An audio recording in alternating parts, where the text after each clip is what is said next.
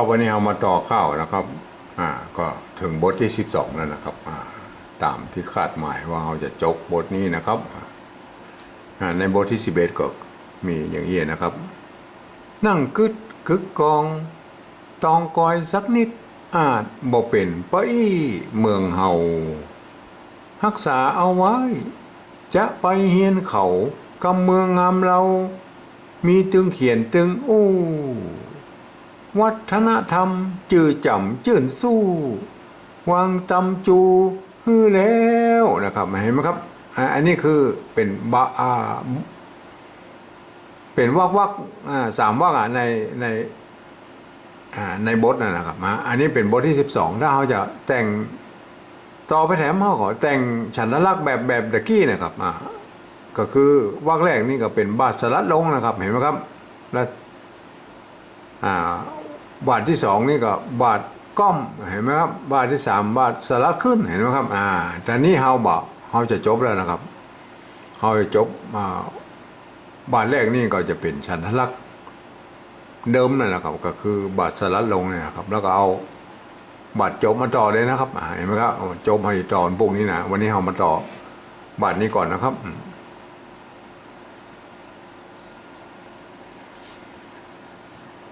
วัฒนธรรมจื่อจำจื่นสู้วางตำจูฮื้อแล้วนะครับ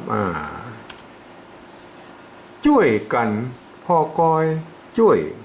ยเสียงโทนะครับช่วยใจสุจ้านะครับช่วยกันเสียงใจระวายใจตุกะนะครับช่วยกันพ่อเสียงเอกนะครับใจตุพระนะครับพอกอยนะเสียงสมานใจตุกะนะครับกอยช่วยกันพอกอยทีนี้ก็แล้วนี่นะครับจะต้องสัมผัสกับตรงนี้นะครับเสียงแอลแล้วแก้วฮีดหอยฮีดกระจายตัวละแตนนะครับฮีดหอยนะครับหอย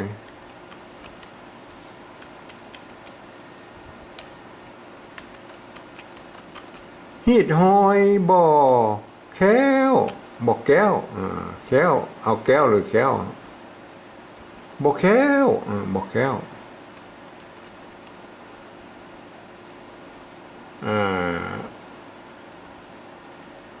โบราณว่าอาจจะบอกแก้วบางทีนะครับบอกแก้ว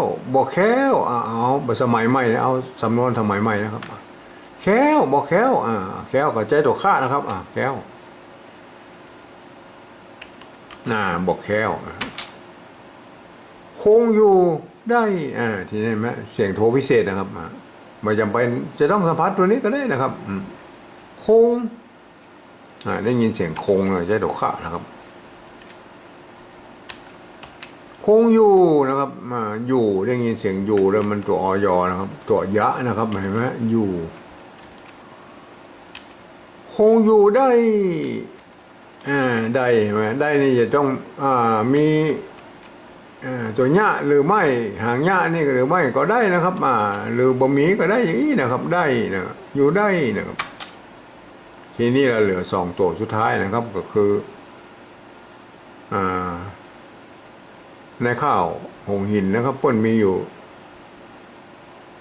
2ลองตัวลองสุดท้ายเนี่ยเปิ้ลมี2เสียงเท่านั้นนะครับเสียงจรวาสามัญนะครับแล้วก็มาลงสามัญนะครับในข้าวหงหินนะครับในข้าว4บทมันมี2เสียงนะครับเสียงจารวาสามัญนะข้าวหงหินมีอยู่3เสียงนะครับคือเสียงโทพิเศษเสียงตรีนะครับสั้นนะครับก็จะเพิ่มมาเสียงนะครับเขาก็จะแต่งตามข้าวโบราณนะครับอยู่ได้ยาวยาวเสียงสามัญนะครับยาวเมินตึงยาวตึงเมินนะครับเห็นไหมครับเสียงสามัญตึงกู้ทีนี้เอามาเขียนเป็นภาษาปริวัติแบบที่2นะครับคือการที่ยืมเอาอักษรไทยนะครับมาปรับเทียบเพื่อเป็นอักษรละนานะครับแล้วก็เขียนไปตามนั้นนะครับ ก็ผสมผสานไทยล้านนานะครับช่วยนะครับยืมตัวชอช้างมาเป็นตัวจ้านะครับมาครับ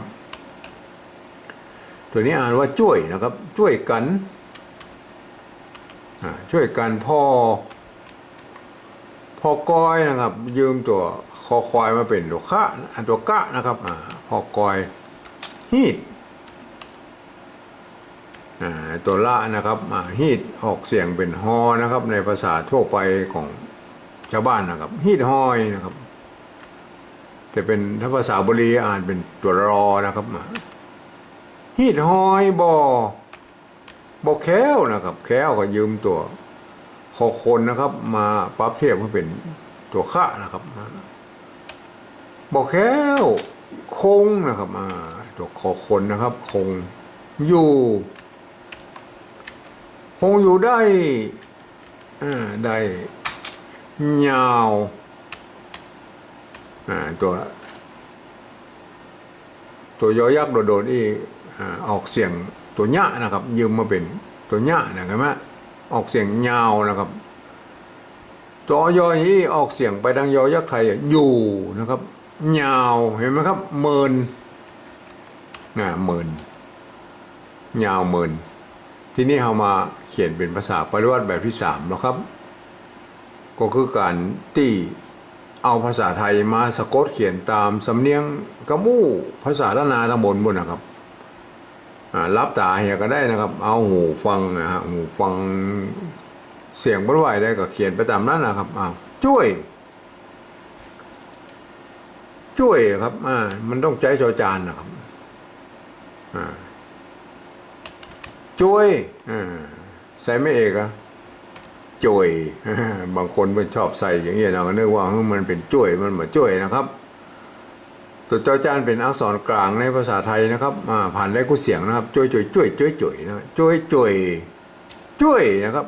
จ่วยไม่โทรนะครับไม่ใช่จ่วยนะครับไม่ใช่จ่วยนะครับจ่วยในภาษาไทยเขียนไม่ได้นะครับเพราะว่ามันมีวรรณยุกต์โทพิเศษนะครับอย่าไปเปิบกันไม่ได้นะครับเอาดัดแปลงไปเรื่อยนะครับช่วยกันนะครับกันอันนี้ภาษาไทยเพิ่นอ่านว่ากันนะครับเสียงสามัญเขาใส่ไม่จัดว่าเพิ่นช่วยกันพ่อก้อยนะครับได้ยินเสียงก้อยแล้วมันกอไก่นะครับก้อยฮีดนะครับฮีดได้ยินเสียงฮีดมันต้องฮอต้องหูบนะครับฮีดฮอยฮอต้องหูบนะครับบ่แค้วแค้วก็ตัวคอควายนะครับบ่แค้วคงคอควายนะครับคงในภาษาไทยอยู่ตัวอยก็อยู่ได้เห็นไหมครับได้เสียงโทพิเศษนะครับเขียนมาได้แล้วครับในภาษาละนานะตัวดะนะโดนแม่เขาจ้างไว้ได้เสียงโทพิเศษนะครับอันแบบที่2นะครับภาษาปริวัติที่2เนี่ยยืมตัวดอเด็กมาเป็นตัวดะนะครับโดนแม่เขาจ้างไว้ก็ได้นะฮะอารมณ์นี้นะครับอารมณ์นี้เอาภาษาไทยมาเขียนนะครับอ่านแบบภาษาไทยได้นะครับได้เสียงโทปกตินะครับจะไปเปิดเพิ่นไปเป็นบนบุรอได้มันมาได้นะครับมันเขียนมาได้นะครับเพราะว่าอันรูปนี้ต้องอ่านด้วยหลักภาษาไทยนะครับอันที่2เนี่ยต้องอ่านแบบหลักภาษาล้านนานะครับเห็นไหมครับเขียนเหมือนกันนะครับแต่อ่านต่างกันนะครับเพราะนั้นอันรูปนี้เขียนมาได้แล้วครับอย่าไปเปิดมันได้แล้วครับเปิดมันเป็นได้บนมันได้นะครับเพราะนั้นก็ต้องดัดแปลงตัวนี้นะครับในส่วนตัวผมก็จุดประดับไว้อีนะครับหูไว้ว่ากรรมที่เป็นเสียงโทพิเศษอย่างนี้นะอ่านออกเสียงโทพิเศษนะตัวที่มีจุดประกอบไม่โทเนี่ยอ่านได้นะครับผมไปหันคนอื่นบนใจตัวเอียงนะครับก็ใจได้นะครับไผ่ใจตัวเอียงตัวหนาตัวขีดเส้นใต้ก็สุดแล้วแต่นะครับสุดแล้วแต่จะคิดมานะครับแต่ขอคอมเมนต์หน่อยนะครับว่าหมายเหตุทั้งลมหน่อยว่ากรรมที่ลักษณะเขียนนี่อ่านออกเสียงโทพิเศษนะครับ สำหรับกรรมอื่นๆนั่นมันต้องไปยุ่งมันนะครับอย่างเงี้ยนะช่วยนะครับสะกดได้อย่างไรก็ช่วยนะครับเห็นไหมช่วยอ่านเป็นเสียงโทนะครับแล้วช่วยอะไรเงี้ยแหละช่วยมันเสียงโทพิเศษอะครับใส่จุดไปปัดช่วยเห็นไหมครับเจ้าเสียงอย่างไรครับเขียนได้คู่เสียงนะครับเขียนได้คู่เสียงปัดช่วยใส่ไม่ตีถ้าอยากช่วยเห็นไหมได้คู่เสียงครับคงอยู่ได้ยาวเหมือนยาวตัวยอยักษ์นี่เขาไม่ต้องไปเปลี่ยนมันหรอกครับเพราะว่าเขายืมตัวเนี้ย